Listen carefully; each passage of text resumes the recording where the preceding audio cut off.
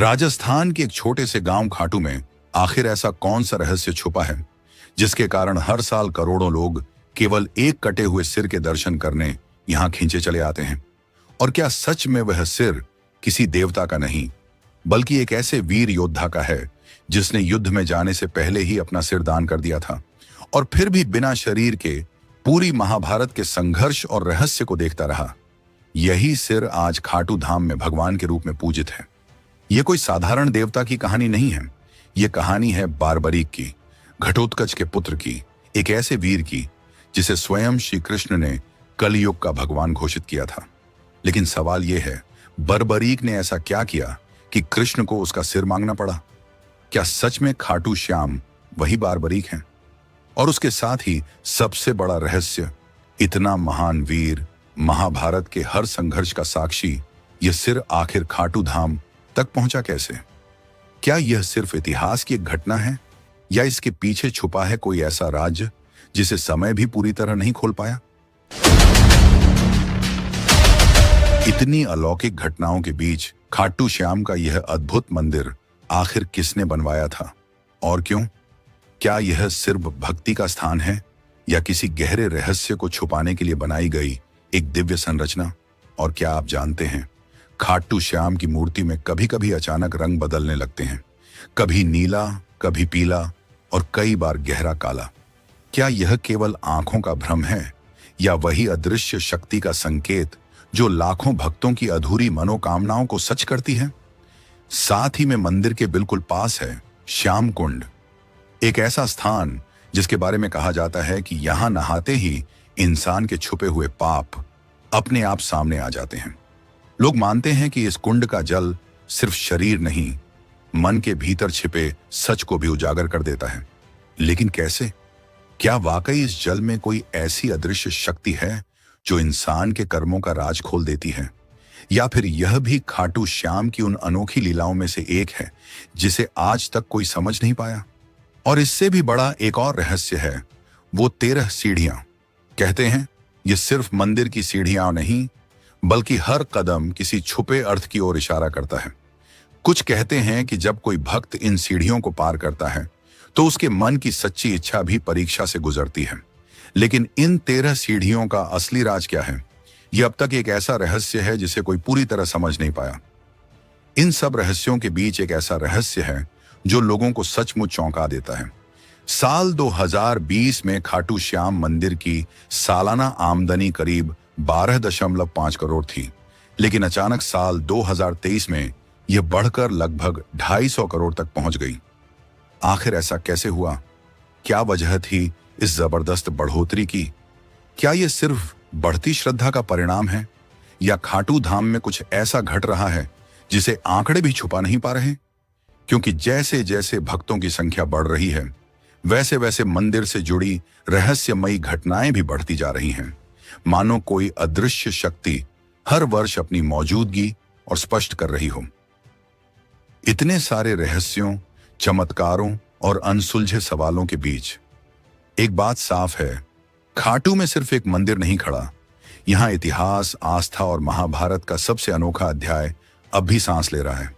वो कटे हुए सिर की रहस्यों से भरी यात्रा हो या बर्बरीक की अद्भुत प्रतिज्ञा या फिर कृष्ण का लिया हुआ वह निर्णय जिसने कलयुग को उसका भगवान दिया, हर तथ्य अपने भीतर एक नई कहानी छुपाए बैठा है। और शायद इन रहस्यों को समझने का असली समय अब शुरू होता है, क्योंकि आगे जो आप सुनने वाले हैं वह सिर्फ कथा नहीं, बर्बरीक से खाटू श्याम बनने की वह यात्रा है जिसने पूरे युग का भाग्य बदल दिया। युगों पहले जब धर्म और अधर्म के बीच बड़ा संघर्ष होने वाला था, तभी पांडुपुत्र भीम के पुत्र घटोत्कच के घर एक अद्भुत बालक का जन्म हुआ। उसकी माता का नाम मोरवी था, जिन्हें अहिलावती के नाम से भी जाना जाता था। जन्म लेते ही आकाश में एक दिव्य प्रकाश फैल गया था। देवताओं के नगाड़े गूंज उठे थे। यह बालक था बर्बरीक, एक ऐसा वीर जिसकी शक्ति और पराक्रम की चर्चा आज भी की जाती है। बर्बरीक के आते ही प्रकृति में असंख्य चमत्कार प्रकट हुए। पेड़ पौधे फलों और फूलों से भर गए, नदियां मधुर धुन बजाने लगीं और पशु पक्षी आनंद से नृत्य करने लगे। यह सब संकेत था कि कोई दिव्य आत्मा पृथ्वी पर अवतरित हुई है। बचपन से ही बर्बरीक में असाधारण शक्तियां थीं। केवल 5 वर्ष की उम्र में उसने एक हाथी को अपनी मुट्ठी भर ताकत से रोक दिया था। 10 वर्ष का होते होते उसने एक ही दिन में 100 राक्षसों का अंत कर दिया था। मां मोरवी ने अपने पुत्र को सिखाया था, हे पुत्र, जीवन में हमेशा याद रखना कि सच्चा धर्म है हारने वाले की सहायता करना। जो कमजोर है, जो अकेला है, जो मुसीबत में है, उसका साथ देना ही सबसे बड़ा धर्म है। बर्बरीक ने इन शब्दों को अपने दिल में बसा लिया था। वह जानता था कि उसकी शक्ति का उपयोग हमेशा निर्बलों की रक्षा के लिए होना चाहिए। उम्र के 16वें वर्ष में बर्बरीक ने कठोर तपस्या की। हिमालय की ऊंची चोटियों पर, जहां सिर्फ बर्फ ही दिखाई देती थी, उसने भगवान शिव की आराधना की। महीनों तक केवल हवा पर जीते हुए वह तप में लीन रहा। अंततः भगवान शिव प्रसन्न हुए और उन्होंने उसे 3 दिव्य बाण प्रदान किए। ये बाण साधारण नहीं थे, चमत्कारी थे। पहला बाण शत्रुओं के सभी कमजोर बिंदुओं को ढूंढकर उन पर लाल निशान लगा देता था। दूसरा बाण मित्रों और जिनकी रक्षा करनी हो उन्हें पहचान कर नीला चिन्ह बना देता था। तीसरा बाण सबसे प्रबल, ये लाल निशान वाले सभी शत्रुओं का अंत कर देता था और नीले निशान वाले सभी की रक्षा कर लेता था। माता मोरवी, जो स्वयं नाग कन्या थीं, उन्होंने अपने पुत्र को एक दिव्य धनुष भेंट किया। यह धनुष इतना शक्तिशाली था कि उसकी टंकार से ही शत्रु भयभीत हो उठते थे। इस धनुष का नाम था महाकाल दंड। इसकी विशेषता थी कि यह कभी लक्ष्य को चूकता नहीं था। बर्बरीक जिस भी शत्रु के बारे में मन में विचार करता, बाण सीधे उसी तक पहुंच जाता, चाहे वह कहीं भी छिपा हो, चाहे कैसी भी माया क्यों न रच दे। जब महाभारत युद्ध की घोषणा हुई, बर्बरीक के मन में भी युद्ध में उतरने की इच्छा हुई। उसने सोचा, यह तो धर्म और अधर्म का महान संग्राम है, इसमें मेरा शामिल होना आवश्यक है। पर सवाल यह था कि वह किस पक्ष में लड़े। मां के दिए संस्कारों के अनुसार उसे हारने वालों की तरफ से खड़ा होना था। अपने नीले घोड़े पर सवार होकर वह कुरुक्षेत्र की ओर चला। रास्ते में वह सबसे पूछता, कुरुक्षेत्र में कौन कमजोर पड़ रहा है? सबका एक ही उत्तर था, पांडव निर्बल हैं, कौरव शक्तिशाली। यह सुनकर बर्बरीक ने निश्चय कर लिया कि वह पांडवों का साथ देगा। कुरुक्षेत्र पहुंचकर वह एक वट वृक्ष के नीचे आराम करने बैठा। वहीं उसे एक तेजस्वी और सुंदर ब्राह्मण मिला। उसकी आंखों में अद्भुत चमक थी और मुस्कान में दिव्यता। वह ब्राह्मण और कोई नहीं बल्कि स्वयं भगवान कृष्ण थे, जो उसकी परीक्षा लेने आए थे। ब्राह्मण ने मधुर स्वर में पूछा, वत्स, कहां जा रहे हो और ये 3 बाण किस लिए?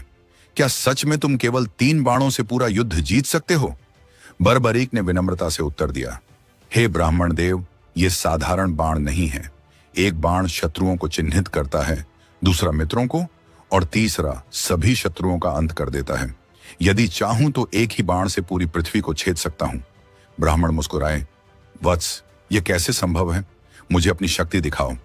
उन्होंने पास खड़े विशाल पीपल के पेड़ की ओर इशारा किया और कहा, इस वृक्ष के सभी पत्तों को छेद दो, लेकिन ध्यान रहे, कोई भी पत्ता नष्ट नहीं होना चाहिए, केवल छेद होना चाहिए। बर्बरीक ने पहला बाण धनुष पर चढ़ाया। मन में संकल्प किया, हे महादेव, इस वृक्ष के हर पत्ते के मध्य में छेद हो जाए। बाण छोड़ा गया और अद्भुत चमत्कार हुआ। वृक्ष के हजारों पत्तों में एक एक सुंदर गोल छेद बन गया। पूरा वृक्ष किसी कलाकृति जैसा लगने लगा। पर चमत्कार यहीं समाप्त नहीं हुआ। ब्राह्मण के पैर के नीचे जो पीपल का पत्ता दबा हुआ था, उसमें भी छेद हो चुका था। बर्बरीक समझ गया कि यह कोई साधारण ब्राह्मण नहीं है। तभी ब्राह्मण का स्वरूप बदलने लगा। उनके चारों ओर दिव्य आभा फैल गई। उनके सिर पर मोरपंख का मुकुट उभर आया। हाथ में सुदर्शन चक्र और मुरली थी। ये स्वयं भगवान कृष्ण थे। बर्बरीक तुरंत उनके चरणों में गिर पड़ा। हे जगन्नाथ, हे कृष्णा, आपने मुझ पर कृपा की है, लेकिन मैं समझ नहीं पा रहा कि आप मुझसे क्या चाहते हैं। भगवान कृष्ण ने बर्बरीक को उठाया और प्रेम पूर्वक कहा, वत्स, मैं तुम्हारी शक्ति से अत्यंत प्रभावित हूं, लेकिन एक समस्या है। तुम्हारी शक्ति इतनी विलक्षण है कि यदि तुम युद्ध में उतरे तो पूरा युद्ध असंतुलित हो जाएगा। भगवान कृष्ण ने समझाया, तुमने कहा था कि तुम हमेशा हारने वाले का साथ दोगे, लेकिन सोचो, यदि तुम पांडवों के साथ मिलकर कौरवों को हरा दोगे तो कौरव हारने वाले हो जाएंगे। तब तुम्हारा धर्म होगा कि तुम कौरवों का साथ दो, और यदि तुम कौरवों की मदद करोगे तो पांडव कमजोर पड़ जाएंगे। तब तुम्हें उनका सहारा बनना पड़ेगा। इस तरह अकेले तुम ही पूरा युद्ध लड़ लोगे और सभी महारथी केवल दर्शक बन जाएंगे। बर्बरीक के मन में तीव्र हलचल मच गई। उसे समझ आया कि भगवान सत्य कह रहे हैं। उसकी शक्ति वास्तव में इतनी प्रबल थी कि वह अकेले ही युद्ध का परिणाम बदल सकता था। फिर भगवान कृष्ण ने कहा, वत्स, मैं तुमसे गुरु दक्षिणा चाहता हूं। बर्बरीक ने श्री कृष्ण से कहा, प्रभु, आपकी आज्ञा मेरे लिए सर्वोपरि है। कहिए, आपको क्या चाहिए? तभी भगवान कृष्ण ने कहा, मुझे तुम्हारा शीश चाहिए। यह सुनकर एक पल को बर्बरीक का चेहरा मंद पड़ गया। मन में अनेक विचार आए। युद्ध देखने की चाह, वीर गति पाने की इच्छा, यश कमाने का आकर्षण, सब एक क्षण में धुंधले पड़ गए। लेकिन तुरंत ही उसके चेहरे पर शांति लौट आई। गुरु का आदेश उसके लिए सबसे बड़ा था। बर्बरीक ने दृढ़ स्वर में कहा, प्रभु, आपकी इच्छा मेरे लिए आदेश है। मैं अपना शीश अवश्य अर्पित करूंगा, परंतु मेरी एक विनती है। फिर भगवान कृष्ण ने कहा, कहो वत्स, क्या चाहते हो? बर्बरीक ने कहा, मैं युद्ध देखना चाहता हूं। यदि मेरा शीश कटने के बाद भी युद्ध देख सके तो मेरे जीवन का उद्देश्य पूर्ण हो जाएगा। भगवान कृष्ण प्रसन्न हुए और बोले, तथास्तु, तुम्हारा शीश न केवल युद्ध देखेगा बल्कि युद्ध की संपूर्ण गाथा भी समझेगा। और सुनो, कलयुग में तुम मेरे नाम से पूजे जाओगे। लोग तुम्हें श्याम नाम से स्मरण करेंगे। बर्बरीक ने अपनी तलवार निकाली। भगवान कृष्ण के चरणों में झुकते हुए कहा, हे कृष्णा, यह शीश आपके चरणों में समर्पित है। कृपया इसे स्वीकार कीजिए। एक ही वार में बर्बरीक ने अपना शीश अलग कर दिया। आकाश से पुष्प वृष्टि होने लगी। देवताओं के मृदंग गूंज उठे और एक दिव्य प्रकाश चारों दिशाओं में फैल गया। कटा हुआ शीश भूमि पर गिरा, लेकिन उसकी आंखें खुली रहीं, चेहरे पर तेज बना रहा। भगवान कृष्ण ने उस शीश को उठाकर कुरुक्षेत्र के युद्ध क्षेत्र के समीप एक ऊंचे स्थान पर स्थापित किया, जहां से संपूर्ण युद्ध देखा जा सकता था। 18 दिन तक चले महाभारत के युद्ध में बर्बरीक का शीश सब कुछ देखता रहा। उसने देखा कि कैसे महान योद्धा एक एक करके वीरगति को प्राप्त होते गए। उसने भीष्म की शरशैया देखी, अर्जुन की पराक्रम वाली धार देखी, कर्ण का अतुल्य दान देखा, द्रोणाचार्य का त्याग देखा, परंतु सबसे अधिक उसने भगवान कृष्ण की लीला देखी। कैसे वे धर्म की रक्षा के लिए हर पल युद्ध को निर्देशित कर रहे थे। युद्ध के बाद जब पांडवों में विवाद हुआ कि सबसे बड़ा योद्धा कौन था, तब भगवान कृष्ण ने बर्बरीक के शीश से पूछा, तुमने पूरा युद्ध देखा है, बताओ सबसे महान योद्धा कौन था? बर्बरीक के शीश ने उत्तर दिया, प्रभु, मैंने देखा कि युद्ध में केवल आपका सुदर्शन चक्र और द्रौपदी के बाल ही सक्रिय थे। चक्र शत्रुओं का संहार कर रहा था और द्रौपदी के बाल धर्म की रक्षा कर रहे थे। बाकी सब योद्धा केवल साधन मात्र थे। यह सुनकर सभी को समझ आ गया कि युद्ध का वास्तविक संचालक भगवान कृष्ण थे। युद्ध समाप्त होने के बाद बर्बरीक का शीश रहस्यमय तरीके से गायब हो गया। कहा जाता है कि वह आकाश मार्ग से उड़ता हुआ राजस्थान की दिशा में जा पहुंचा। सदियों बीत गए, कलयुग का प्रभाव बढ़ने लगा, धर्म का पतन होने लगा, अन्याय फैलने लगा और लोग दुखों से घिरते गए। तब भगवान कृष्ण के दिए हुए वरदान का समय आ पहुंचा। बर्बरीक को कलयुग में प्रकट होना था। राजस्थान के रिंग्स नामक इलाके में एक अत्यंत पुण्यात्मा ब्राह्मण रहते थे। उनका नाम था ज्योतिष शास्त्री पंडित सोमदत्त। वे प्रतिदिन पूजा अर्चना करते थे, गरीबों की सेवा करते और सदाचार का पालन करते थे। एक रात उन्हें एक अद्भुत स्वप्न आया। स्वप्न में एक दिव्य पुरुष प्रकट हुए जिनके तेज से पूरा स्थान प्रकाशित हो गया। उन्होंने कहा, मैं बर्बरीक हूं, महाभारत का योद्धा। कलयुग में लोग मुझे श्याम नाम से पूजेंगे। तुम कल सुबह नगर के बाहर पीपल के पेड़ के नीचे खुदाई करो, वहां तुम्हें एक दिव्य शीश प्राप्त होगा। अगले दिन पंडित सोमदत्त अपने साथियों के साथ वहां पहुंचे और खुदाई शुरू करवाई। कुछ ही देर में मिट्टी से तेज प्रकाश निकलने लगा। जितनी गहराई बढ़ती गई उतना ही प्रकाश और प्रखर होता गया। अंततः एक अद्भुत शीश मिला जो मानो जीवित प्रतीत होता था। उसकी आंखें बंद थीं, लेकिन चेहरे पर अलौकिक शांति छाई थी। शीश से चारों ओर दिव्य आभा फैल रही थी। जैसे ही शीश को बाहर निकाला गया, आकाश में इंद्रधनुष प्रकट हुआ, फूलों की वर्षा होने लगी और वातावरण में मधुर ध्वनि गूंज उठी। पंडित सोमदत्त ने उस शीश को एक पवित्र स्थान में स्थापित किया। उसी रात उन्हें फिर स्वप्न हुआ। इस बार स्वयं भगवान कृष्ण उनके सामने प्रकट हुए। उन्होंने कहा, वत्स, इस दिव्य शीश को यहां नहीं रखना है, इसे खाटू नाम के स्थान पर लेकर जाओ। वहां एक पवित्र कुंड है जो मेरी शक्ति से निर्मित है, उसका नाम है श्याम कुंड। वहीं बरबरीक का स्थायी स्थान होगा। पंडित ने पूछा, लेकिन प्रभु, खाटू कहां है? भगवान कृष्ण बोले, तुम केवल शीश को लेकर चलो, जहां यह रुकना चाहे वही इसका धाम होगा। अगले ही दिन पंडित सोमदत्त ने उस शीश को एक दिव्य आसन पर रखा और यात्रा आरंभ की। राह में जो भी व्यक्ति इसके दर्शन करता, उसके दुख दूर होने लगते, बीमार लोग स्वस्थ होने लगे, परेशान लोगों को शांति मिलने लगी। कई दिनों की यात्रा के बाद जब वे एक बेहद सुंदर स्थान पर पहुंचे, तो शीश अचानक इतना भारी हो गया कि 1 इंच भी आगे न बढ़ पाया। सब समझ गए कि यही उसका धाम है। वहीं पास में एक प्राकृतिक कुंड स्थित था, जिसका पानी बेहद साफ और पवित्र था। आसपास के लोग इसे श्याम कुंड के नाम से पहचानते थे। उस समय खाटू गांव पर राज करने वाले शासक का नाम था राजा रूप सिंह चौहान। जब उन्हें इस अद्भुत शीश के बारे में जानकारी मिली, तो वे तुरंत दर्शन करने पहुंचे। शीश के दर्शन करते ही राजा के मन में असीम भक्ति की भावना जाग उठी। उन्होंने वहीं एक शानदार मंदिर बनवाने का संकल्प लिया। मंदिर का निर्माण आश्चर्यजनक ढंग से हुआ। दिन में जितना काम इंसान करते, रात में उससे 2 गुना कार्य अपने आप हो जाता था। मजदूरों का कहना था कि रात के समय मानो कोई दिव्य शक्ति दिखाई देती है जो निर्माण पूरा कर रही हो। जब मंदिर बनकर तैयार हुआ और उस पवित्र शीश को वहां प्रतिष्ठित किया गया, तब पहली बार भव्य आरती की गई। राजा रूप सिंह चौहान ने स्वयं आरती उतारी। आरती के बीच अचानक एक चमत्कार हुआ। शीश की आंखें खुल गईं और उन आंखों का प्रकाश इतना तेजस्वी था कि वहां मौजूद हर व्यक्ति अचंभे में पड़ गया। ऐसा प्रतीत हो रहा था मानो कोई सजीव पुरुष सामने उपस्थित हो। उसी दिन से यह परंपरा चल पड़ी कि श्याम बाबा प्रतिदिन अपने भक्तों को दर्शन देते हैं। उनकी आंखों में वही करुणा है जो महाभारत के समय थी, हारने वालों, दुखियों और निराश लोगों के लिए दया से भरी हुई। श्याम कुंड का एक अनोखा रहस्य भी है। इसका जल कभी घटता नहीं और कभी बढ़ता नहीं। हजारों लोग प्रतिदिन इसमें स्नान करते हैं, परंतु पानी का स्तर हमेशा एक जैसा बना रहता है। वैज्ञानिकों ने कई बार परीक्षण किए, लेकिन कोई भी भूमिगत जल स्रोत नहीं मिला। यह रहस्य आज भी अनसुलझा है। कहा जाता है कि यह कुंड सीधे क्षीर सागर से जुड़ा है, जहां भगवान विष्णु विराजमान हैं, इसलिए इसका पानी कभी समाप्त नहीं होता। श्याम बाबा की प्रतिमा के ठीक नीचे एक प्राचीन गुप्त कक्ष है। मान्यता है कि वहां बरबरीक के 3 दिव्य बाण सुरक्षित रखे हुए हैं। यह कक्ष तभी खुलेगा जब कलयुग में अधर्म अत्यधिक बढ़ जाएगा।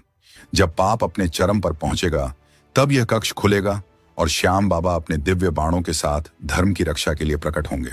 मंदिर के पुराने पत्थर के शिलालेखों में एक नील घोड़े पर बैठे हुए एक वीर का चित्र भी उकेरा हुआ है। यह चित्र आज तक रहस्य माना जाता है और इसका सच्चा अर्थ कोई नहीं समझ पाया है। अब जब इस दिव्य गाथा के रहस्य एक एक करके प्रकट हो चुके हैं, अब समय आ गया है कि हम खाटू धाम के सबसे अद्भुत और प्राचीन रहस्य की ओर बढ़ें। वह रहस्य जिसे आज भी कोई पूरी तरह समझ नहीं पाया। अब हम बात करेंगे मंदिर की 13 सीढ़ियों के उस रहस्य के बारे में, जिसे श्याम बाबा की शक्ति का जीवंत प्रमाण माना जाता है। कहा जाता है कि खाटू श्याम जी की ये 13 सीढ़ियां सिर्फ पत्थर नहीं, बल्कि बाबा तक पहुंचने वाली एक छोटी सी आध्यात्मिक राह है। भक्त मानते हैं कि जब कोई इन 13 सीढ़ियों को चढ़कर ऊपर पहुंचता है, तो ठीक उसी जगह खड़ा होता है जहां से श्याम बाबा की प्रतिमा से सीधा नेत्र संपर्क होता है। उस पल भक्तों को लगता है कि उनकी हर बात, हर दुख, हर इच्छा बिना कहे ही बाबा तक पहुंच गई। इन सीढ़ियों को लोग आस्था का मार्ग भी कहते हैं। भक्त जब एक एक कदम ऊपर बढ़ते हैं, तो ऐसा लगता है जैसे वे अपनी परेशानियां पीछे छोड़कर बाबा की शरण में प्रवेश कर रहे हों। मंदिर के पुराने समय में गर्भगृह तक पहुंचने का यही मुख्य रास्ता था और आज भी लाखों भक्त इन्हीं 13 सीढ़ियों से होकर दर्शन करने आते हैं। मंदिर प्रबंधन भी कहता है, यह सब भक्तों की श्रद्धा है, क्योंकि श्याम बाबा तो हर किसी की सुनते हैं, भले ही कोई किसी भी रास्ते से आए। लेकिन इन 13 सीढ़ियों का यह छोटा सा रहस्य आज भी खाटू धाम की पहचान है, जहां हर कदम पर भक्त महसूस करता है कि वह अपने श्याम के और करीब पहुंच रहा है।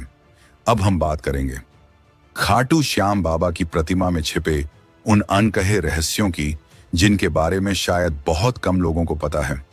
कहा जाता है कि बाबा की मूर्ति का रंग चंद्रमा के बढ़ने घटने के साथ बदलता है। यह कोई साधारण बदलाव नहीं, बल्कि मंदिर की एक पुरानी परंपरा है, जिससे भक्तों को बाबा के 2 अलग अलग स्वरूपों के दर्शन होते हैं। कृष्ण पक्ष में मूर्ति को पीले या श्याम वर्ण में सजाया जाता है। माथे से लेकर गालों तक चंदन का लेप लगाया जाता है, जिससे मूर्ति हल्के पीले और तेजस्वी रूप में दिखाई देती है। भक्तों को लगता है जैसे बाबा अपने सरल, शांत और करुणा भरे रूप में सामने खड़े हों। शुक्ल पक्ष में मूर्ति को शालिग्राम स्वरूप में सजाया जाता है। यह रूप काला होता है और इसे बाबा का मूल, अडिग और दिव्य स्वरूप माना जाता है। इस समय मूर्ति का तेज और गहराई देखते ही बनती है, मानो बाबा अपनी शक्ति के साथ भक्तों की रक्षा कर रहे हों। भक्तों का कहना है कि बाबा के इन दोनों रूपों में एक खास ऊर्जा होती है। एक रूप दिल को शांति देता है और दूसरा मन में विश्वास और शक्ति भर देता है। इसीलिए कहा जाता है कि खाटू धाम में आने वाला हर भक्त बाबा के साथ एक अलग ही जुड़ाव महसूस करता है, क्योंकि यहाँ हर दर्शन में, हर स्वरूप में बाबा अपने भक्तों को एक नई अनुभूति देते हैं। इन सब रहस्यों के बीच एक ऐसा रहस्य है जो लोगों को सचमुच चौंका देता है। साल 2020 में खाटू श्याम मंदिर की सालाना आमदनी करीब 12.5 करोड़ थी, लेकिन अचानक साल 2023 में यह बढ़कर लगभग 250 करोड़ तक पहुंच गई।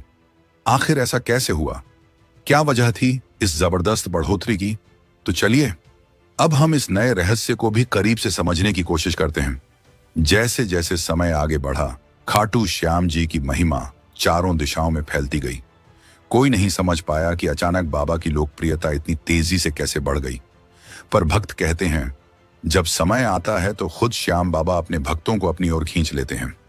पिछले कुछ वर्षों में इंटरनेट और सोशल मीडिया पर श्याम बाबा के भजन, कीर्तन और रीलें जिस तरह वायरल हुई, उसने लाखों लोगों को बाबा के चरणों से जोड़ दिया। खासकर एक नाम जिसने भक्तों के दिलों में गहरी छाप छोड़ी, कन्हैया मित्तल। कहा जाता है कि पहले बहुत कम लोग उन्हें जानते थे, लेकिन जब उन्होंने सूरत में भजन गाया, हारा हूं बाबा पर तुझ पे भरोसा है, उस पल से मानो श्याम बाबा ने उन्हें अपनी विशेष कृपा दे दी।